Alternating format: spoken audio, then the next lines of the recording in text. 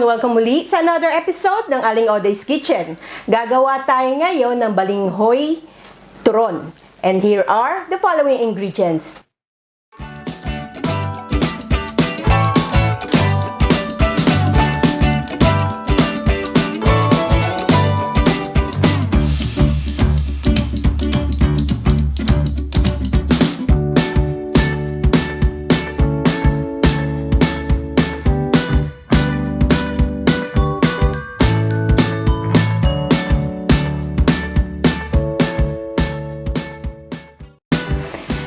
Yung ating saging, hahatiin lang natin sa small pieces.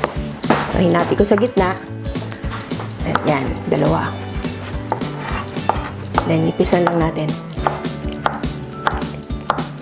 Next, yung ating balinghoy o yung kasaba natin, frozen kasi itong ginamit ko. I-squeeze lang natin yung katas niya.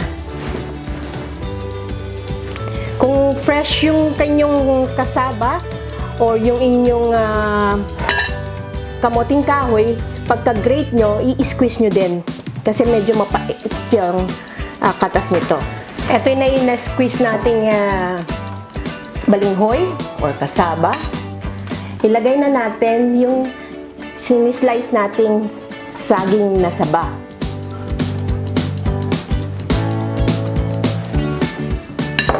At yung ating brown sugar. Haluin lang natin ito. Ayan, well mix na yung ating banana at cassava.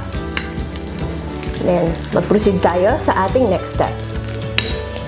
Itong ating balat ng lumpia, ang gagamitin kong pang-seal egg. Pwede din namang tubig lang. Mas gusto ko kasing egg, mas madikit siya. Then, scoop natin yung ginawa nating cassava and banana mixture. So, depende sa size na gusto nyo kung gaano kalaki.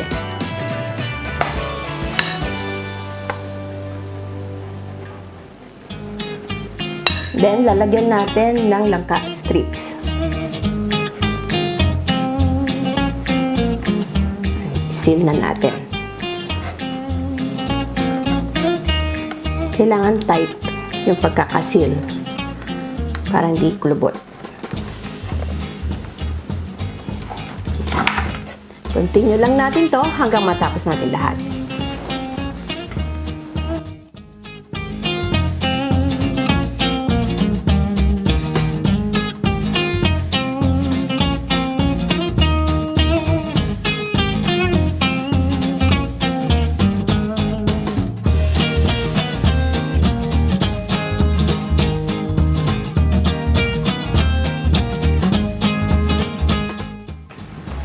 Ito na yung ating turon. Balinghoy turon. Wow, sarap.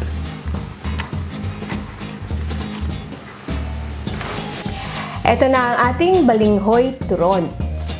So, kakaibang turon ito, pinaghalong kasaba at saging. Sarap. Perfect itong iserve with vanilla ice cream or halo-halo.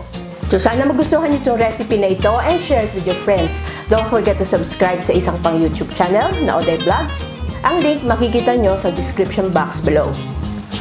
Please subscribe and share this video. Ako po si Aling Oday. Magkita-kita ulit tayo sa aking susunod na video. Salamat! Bye! Please follow me on my Facebook page,